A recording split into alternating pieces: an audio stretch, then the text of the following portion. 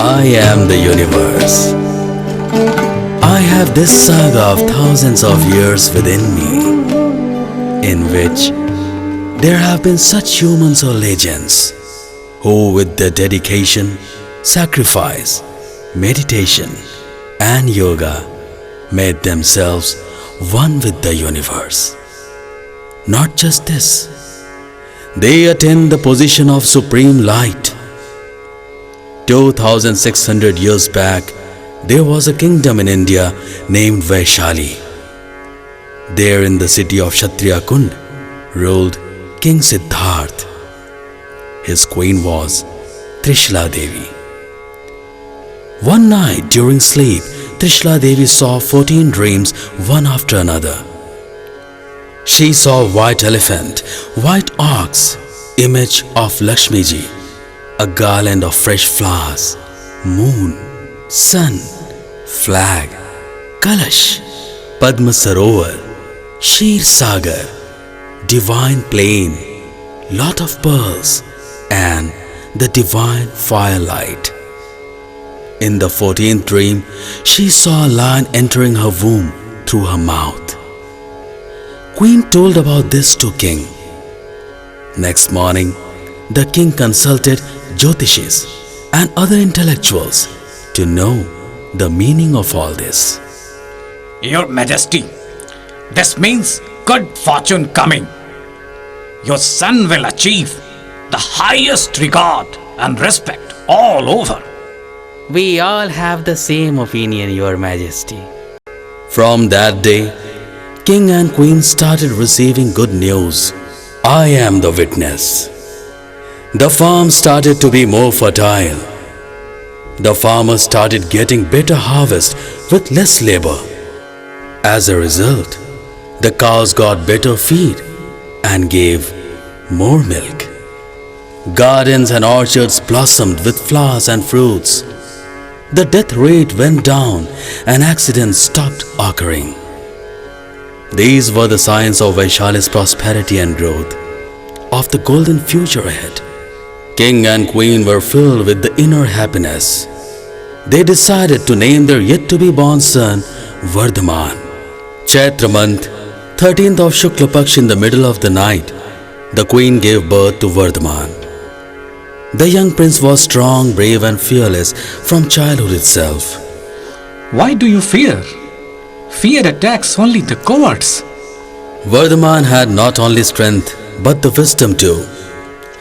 Once when he was only 8, while playing, one disguised boy took Vardhaman on his shoulders to a secluded place. There, that boy started expanding, and suddenly he took the form of a demon.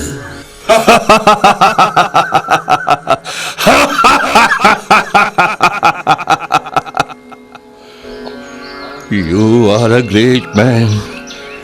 Please pardon me. On Vardhaman's order, the demon came to the downtown. There, everyone shouted for demon's punishment. Vardhaman pacified them. Listen, listen. Your anger is justified. But instead of punishment, he should be pardoned. You are great, Vardhaman. Indeed, you are very great. From today on, you will be known as Mahaveer. For education, Vardhaman was sent to the ashram, but he was wisdom personified. Teachers were in awe of his deep knowledge. Young in age, but advanced in knowledge. He didn't like cruelty to anyone and was strongly opposed to any kind of war. A man's biggest enemies are his desires and materialistic view. Driven by them, he resorts to violence. Instead of fighting with the outer enemies, one should achieve victory over his inner enemies. Vardhaman was a prince living in a gigantic palace, but he never made use of any luxury. He always longed for meditation in deep woods, away from the palace. But he was also aware that this move will affect his parents. He never wanted to make them sad. He told his parents about his longing. He also assured them that during their lifetime he will not become a sannyasi. He took the decision of denouncing the material world, but on hearing this, his elder brother Nandivardhan became very sad. First, the parents' death, and then Vardhaman's decision disturbed him emotionally. On knowing this, Vardhaman postponed his decision for 2 years.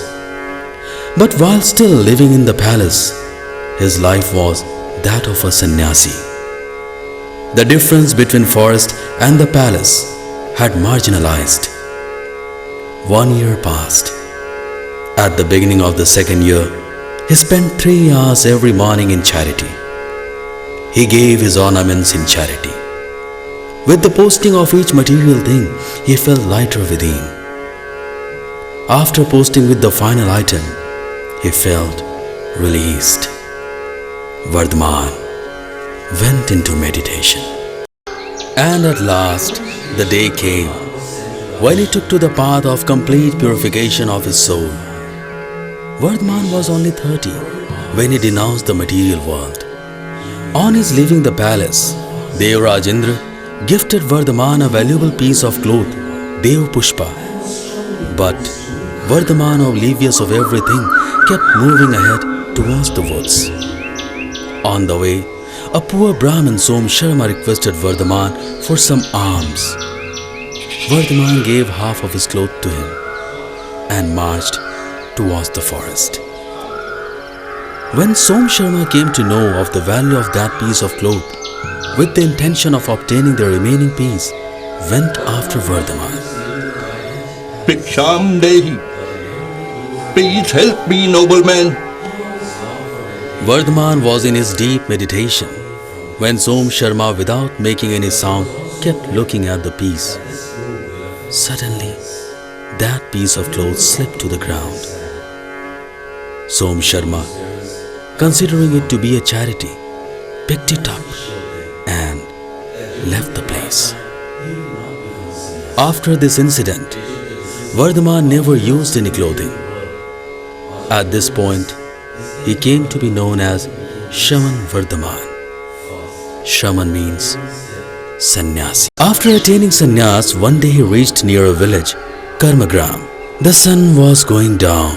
Right then, an incident happened. Easy. Soon the sun will set. I should leave my oxes to this gentleman. On return, I'll take them back. At night, he returned. He's still here. Where are my oxes? Are you planning to swindle them from me? Why don't you answer? It's all his doing.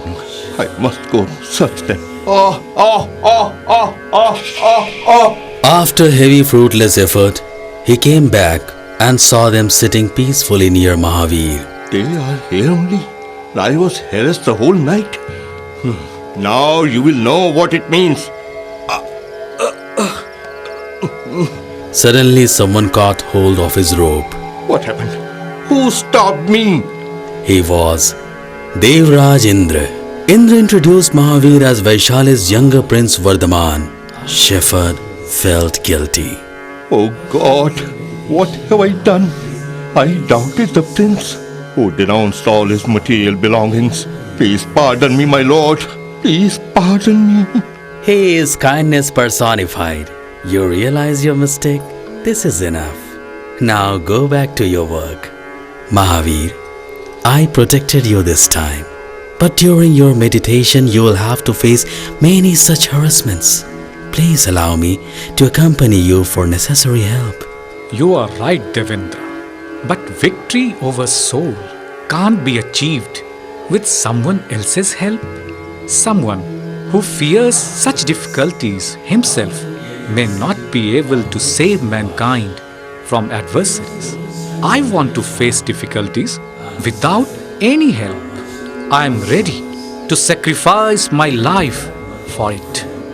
After this, Mahaveer came to the city of Moraksan Nivash. There was a golden stream near a big farm, and besides it, a mutt of sadhus. The head of that mutt was a friend of King Siddharth. He welcomed Mahaveer and arranged a cottage for his stay. Here in that cottage, Mahaveer spent 4 months of rainy seasons, his first Chaturmas. Once the weather became too hot. During the day, fire rained from sky. The animals had nothing to eat. In search of food, sometimes they nibbled at the bamboo sticks of sadhus' cottages. To save their cottages, sadhus protected them with their staff. But Mahaveer never worried about his cottage. He was always deep in his meditation, so deep that scorpion, flies and all types of insects attacked all over his body, but he was never disturbed. Once a cow made the roof of his cottage her food. On this, sadhus were quite angry. They all brought the head priest to Mahaveer's cottage. Mathadhish was divinely happy that Mahaveer was his guest, but under pressure from other sadhus, he asked Mahaveer, Mahaveer, you are so engrossed in your meditation that you have no worries for even your cottage? Mathadhish, why should I worry? This body is home to the soul. When I don't worry about this materialistic existence, what is a cottage? This reply impressed not only Mathadhish, but every sadhu present. After this incident, Mahaveer decided to leave the place as he didn't want to cause inconvenience to anyone. The appropriate place for meditation is Shamshan, or a secluded place, remaining silent for most of the time, eating food with your own hands, no begging of any household. These rows were also a part of his parityag. These rows became the basis on which the great tree of self-control grew. During his journey, one day, Mahaveer came to Ashiagram, the place of dead bodies, a village devoid of any life, where most of the houses had turned into ruins.